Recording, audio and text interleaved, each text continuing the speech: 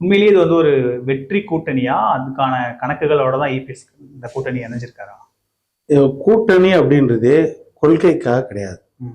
உங்க கொள்கை வேறு, எங்க கொள்கை வேறு, உங்க சித்தாந்தம் வேறு, எங்க சித்தாந்தம் வேறு, உங்களோட லட்சியங்கள் வேறு, எங்க லட்சியங்கள் வேறு. இதுதான். இதெல்லாம் ஒன்னா இருந்துச்சுன்னா ஒரே கட்சியா இருந்துடலாம். தேர்தல் கூட்டணின்றது அந்த வார்த்தையை, கூட்டணின்ற வார்த்தையே தவறு. தேர்தல் தொகுதி உடன்பாடு, அவ்வளவுதான். தேர்தல் நேரத்தில் தொகுதி உடன்பாடு. கொள்கையில முரண்பாடு உள்ள கட்சிகள் ஒன்னா சேர்ந்தால் தொகுதி உடன்பாடு. கொள்கை எல்லாம் ஒன்னா இருந்துச்சுன்னா அதே தொகுதி உடன்பாடு, ஒன்னாவே இருந்துட்டு போயிடலாமே. அதனால இதுதான் இலக்கணம்.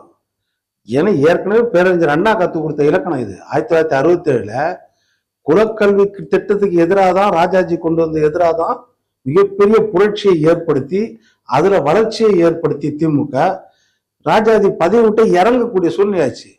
அந்த ராஜாஜி கூட தான் கூட்டணி வைக்கிறார் யாரு, பேரறிஞர் அண்ணா. அதுதான் சொன்னாரு, கொள்கையில முரண்பாடு உள்ள கண்டிப்பாக ஏதாவது ஒரு பொது நோக்கத்துக்காக ஆமா காங்கிரஸை வீழ்த்தணும், அந்த ஒரு நோக்கத்துக்காக நாங்க இணைஞ்சிருக்கிறோம் அப்படின்னு அவர் சொல்லிட்டாரு. அப்போ அதுதான் கொள்கை, அதுதான் நோக்கம், ஒரு பொது நோக்கம் தான்.